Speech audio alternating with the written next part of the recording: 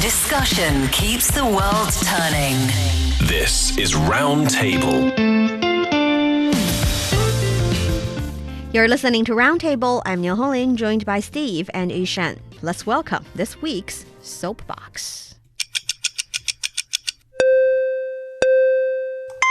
What are they going to say? Hear ye, hear ye. Please gather round. It's time for the soapbox. Welcome to the Soapbox. Today, we talk about a story about a fast food giant in America. It has just decided to take customer service to the next level by putting artificial intelligence inside their employees' ears. We're talking about Burger King. It is now testing AI-powered headsets in hundreds of locations across the United States. And these devices aren't just taking orders. They are coaching workers on how to do their jobs, tracking when supplies run low, and even monitoring the words employees use when talking to consumers. It's a move that raises an uncomfortable question. Is this just a high-tech quality control check, or is it employee monitoring dressed up in a friendly voice and a corporate mission statement? This story is picked by our Steve Hatherley. Burger expert. Burger expert. Oh, do you shop in Burger King a lot? Is that why you picked the story? I don't know if shop is the right word. Eat? Dine? From time to time. But this caught my eye not because it's Burger King per se, but because of the control. Control, strong word. The company itself is pushing over or onto their employees. So let's share some more details here. So the AI-powered headsets, I think you said it, right? 500 restaurants for now across the United States. The system itself is called BK Assistant.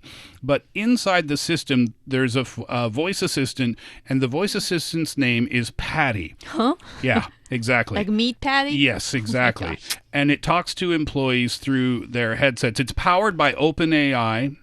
That's the same company behind ChatGPT, right? The test run started in February of 2026. And if it's successful, they're going to roll out to all U.S. restaurants later this year, all across America. Wow. And I was wondering about Canada, too, and apparently in Canada as well. The voice assistant, so what does it do? So it recites recipes when employees forget how to make some menu items. That's nice. That's useful, right? It answers questions about the cooking processes, like how to clean an ice cream machine or soda fountain, something like that. If you don't know how to do it, you can ask the voice assistant. It'll tell you how to do it. It tells managers when inventory is low, like the drink machine is low on cola or something. It tells the manager before that actually happens. Sounds pretty good, right? It notifies managers when a customer uses a QR code to report an issue like a messy bathroom. So that means like if you go into a bathroom as a customer and it's not clean, you can scan a QR code and report that. And that message will go through the AI assistant to the manager in real time. And then it'll automatically update some store inventory within 15 minutes when the equipment fails or products run out of stock. So, if there's no more tomatoes or lettuce or something, then it's going to alert the manager. So basically, this assistant, Patty, is becoming the super brain of all the workers. Yeah. That's about half of what it can do. I listed the good stuff, okay? Here's the other stuff. It tracks when employees use specific keywords like welcome, please, and thank you during customer interactions. And it generates a friendliness score for teams based on these conversations, and then it analyzes audio from drive-through interactions. It can prompt employees to upsell. So when it hears certain keywords, the headset might tell the staff, ask them if they want an apple pie with scary. Their burger set. Upselling. Or would you like a large Coke instead of a medium? Like something like that. And the managers can check the store's friendliness score anytime they want by asking the AI. And Burger King, they're working on improving the system to better capture the tone of voice and not just the words. But the real issue here is about what I mentioned before. It's monitoring the employees' speech and interactions with the customers. It's listening for words like please and thank you and you're welcome. And then the AI assistant, Patty, generates a friendliness score report for the manager to look at later.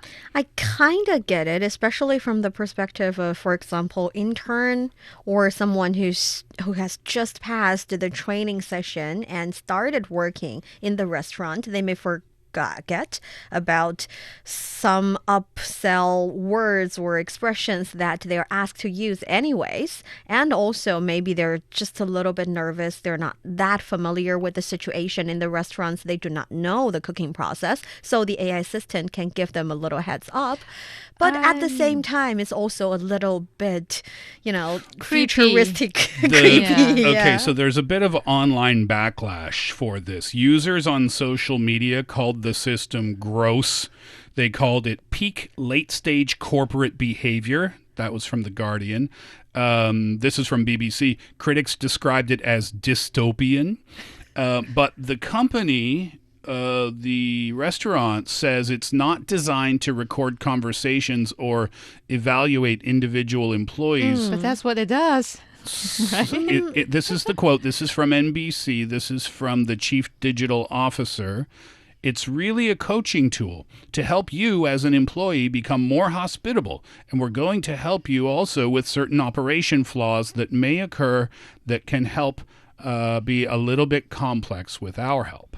Well, the reason that I find it relatively acceptable is that if it is someone talking to my ears, a real person helping, guiding, and secretly or openly judging me in my ears, that's a bit creepy. But I doubt the artificial intelligence assistant here or in this stage has that ability. So I think they're not judging. They're really just, quote unquote, helping. Well, it is a digital crutch for new workers for sure. It can help in the ways Steve mentioned at the very beginning. But to me, it sounds like, why can't you, because developing an AI system costs a lot of money. And with all that big amount of money, it can be put into like more practical ways of really making a difference for you as a business and also for the employees. Like, for example, good training so that they don't forget, or increase their bonus in a way that they actually can be trusted as employees. How about that? So I don't really get this whole Patty idea. Well, this has me feeling a lot of different things, a certain kind of way. So gather round, y'all. It's time for my soapbox. Thank you for coming. Thousands of people out there. Look, let's be honest about what's really happening here. Burger King, it's a business, full stop. Their goal isn't to create a warm, fuzzy workplace where everyone holds hands and sings Kumbaya. Their goal is to make money, sales, revenue. And if slapping a robot in every employee's ear helps them sell a few more Whoppers, that's going to be a done deal. But let's sit and think about what they've actually built. There is now a voice in workers' heads called Patty, named after a burger patty, because nothing says we value you as a human like naming your surveillance software after a slab of processed meat. And Patty is listening to every single interaction, every hello, every thanks, every come again, every moment of genuine human connection, scored, graded, reported to management. Now, they say it's not about tracking individuals, sure, because when your manager comes over and says, hey, great job on the friendliness score today, guys, you know exactly what that means. You know someone was counting. You know someone was watching, and you know that next time when you're having a bad day and you forget to say please to the customer who's yelling at you about their cold French fries, well, that score is going to drop, and someone important will notice. And this is the part that really gets me. We're now using artificial intelligence to teach humans how to be human? Patty the robot is reminding people to say thank you. Patty the algorithm is deciding what friendly sounds like. We've built a machine to grade us on our warmth, and we've put it in a headset named after ground beef. Thanks. And you know, somewhere in a boardroom, a group of executives is high-fiving because they've figured out how to squeeze efficiency out of every single second. The inventory updates itself. The manager knows about the messy bathroom before the customer finishes wiping their hands. And the fry cook doesn't even have to remember the recipe anymore because Patty will tell you exactly how to do it. Good job, suits. But here's what those suits in their executive suites are missing. Hospitality is not a checklist. It's not a score. It's not a series of keywords that you can track and optimize like supply chain logistics. When your server smiles at you because they genuinely want you to have a good meal, you feel that, and you want to come back again. And when they're saying please and thank you because a robot in their ear just reminded them that their friendliness score is being calculated in real time, well, as a customer, you feel that too. Burger King, sure, they say hospitality is fundamentally human, and I agree with that. If you trust your workers, though, you train them, you support them, you give them breaks, you give them fair wages, and you give them a reason to actually care about the person standing in front of them at the counter. The multi-billion-dollar conglomerates aren't in the business of trust. This one's in the business of burgers. And if they can sell a few more by turning every employee into a monitored, scored, algorithm-coached machine, they 100% will. So here we are, everyone, in 2026. The robots aren't taking our jobs. They're just standing over our shoulders, grading us on how to politely do them. Welcome to the future, everyone. Please remember to say thank you. Patty's watching.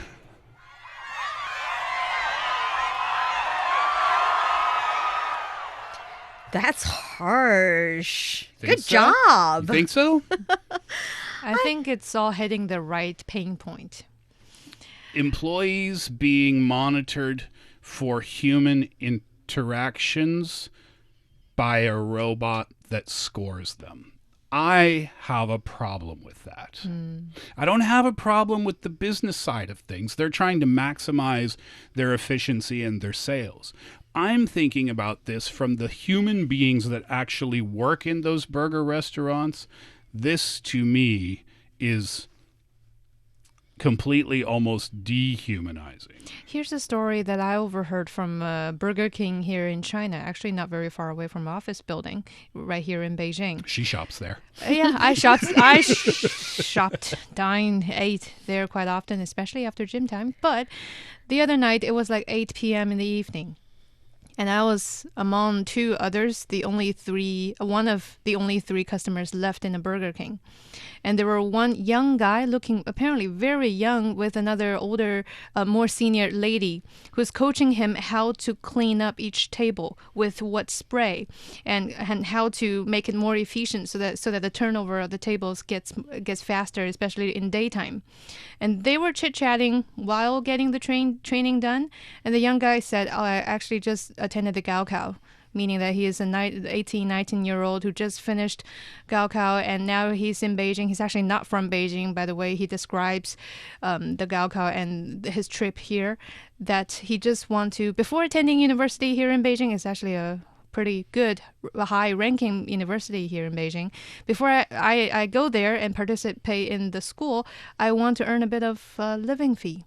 And by the number they were sharing, it wasn't really that big of a per hour payment for a job. And I think that kind of works for Burger Kings across the country too. I just interviewed my boyfriend on the minimum wage back in Canada, back in the days when he used to cater in a fast food chain. Now, this may not work nowadays, but the way he described it is that 15 Canadian dollars per hour was what he used to get, and that was barely enough to pay bills. So for these people, for these young people, especially who's just trying to look for some payment, now we're telling them, we're putting a earbud inside their ear, telling them what to do and that you are being watched as long as you work here. I don't know how to feel for them, honestly. I think training is good enough, but what is this? Really, what is this? What are we looking at right now?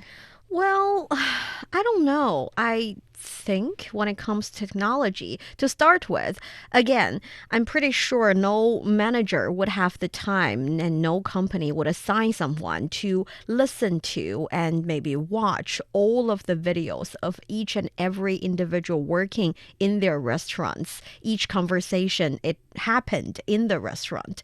The reason that they have a friendlessness score is precisely because they cannot really monitor everything. So if I'm working there, at least to give myself a peace of mind, I would not consider this as I am being watched all the time, because the surveillance camera is in the restaurant for a really long time and no one seemed to have a huge problem with it anymore. Yeah, but this isn't about cameras, though. This is about voice recognition, and it's counting the number of times that you say please and thank you and you're welcome, and it's giving you a score based on that. If I worked there, I'd be like, hi, welcome, welcome, welcome to Burger King. Please, please, please tell me what you would like. What would make a difference to my attitude towards this system is how serious they're taking the friendlessness score. Because if they're only use it as one reference and they're saying, you're saying the fewest number of thank you, maybe do you want to be a bit nicer? And you can say, I'm not saying thank you or please that much, but I'm saying honey or dear to my customers, and I'm smiling a lot. And I take an interest like, you look... Oh, I noticed you. Do you want your drink to be a little bit warmer? Do you want a little less ice cube in your Coke? Because it just recognize you. That counts as being friendly as well. Yep. So if they give you, to start with, if you do not feel the friendlessness score that serious to a point that they decide on the wage, on the kind of bonus you get based on it, and also they give you a space to argue about whether or not you are being friendly, if you're being friendly in a standardized kind of way, or if you're being friendly in a genuine, your personal kind of way, that is not a huge problem for me per se. Yeah. And another thing is, I understand from, again, the business point of view, perhaps they're just trying to figure out new, quote unquote, innovative ways to make their service a little bit better. And they cannot afford to hire people to listen to each and every conversation. And this is just a try out to see whether or not it helps. And when it comes to application of different technologies, there's always a phase. There's always something that later on, several years later, you deem as quote unquote stupid or unnecessary or just a phase that you're trying it out.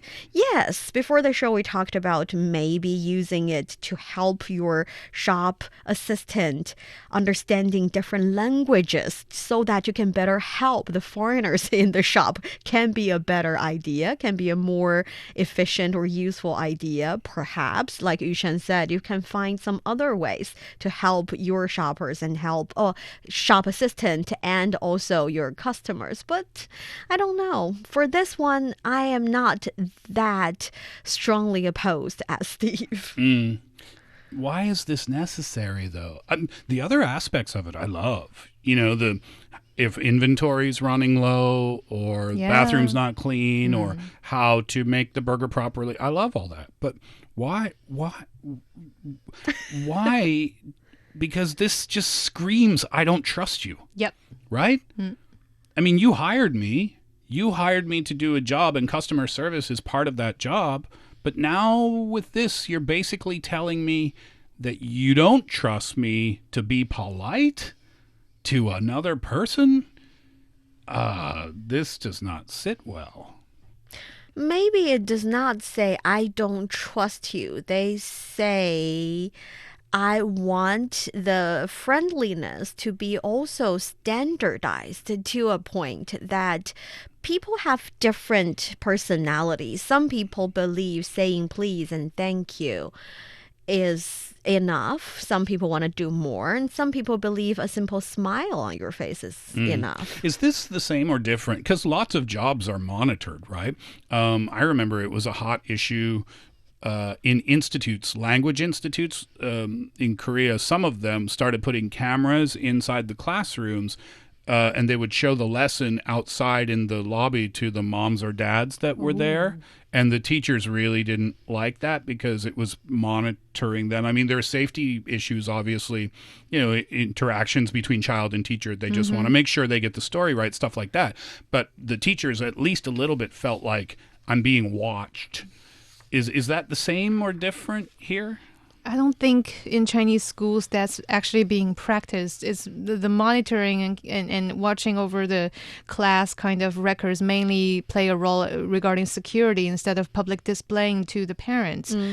But I guess each thing happened for a reason. And that maybe in South Korea, that's what happened. The parents actually voiced for more documents or records on how the teachers. It wasn't like a countrywide performing. thing. It was just a few, I think. But yeah, anyway, nice. Good to hear. Last question, real quick. How would you feel if there was an AI tool listening to you, Niu Honglin, and then after the show it said, if you could just increase your tone to 2% more friendly on the show, that would be great. How would you feel about that? I feel if it really helps, I might listen to it. I don't know. I think in this day and age, you cannot really resist the collecting of data. It depends on how the data is used, who has access to the data a bit later. Maybe that's my 2 cents. And that brings us to the end of today's roundtable. I'm Niu Honglin with Steve and Yushan. Thank you for listening. Thank you for listening. Thank you. Thank you. You're welcome. We love you.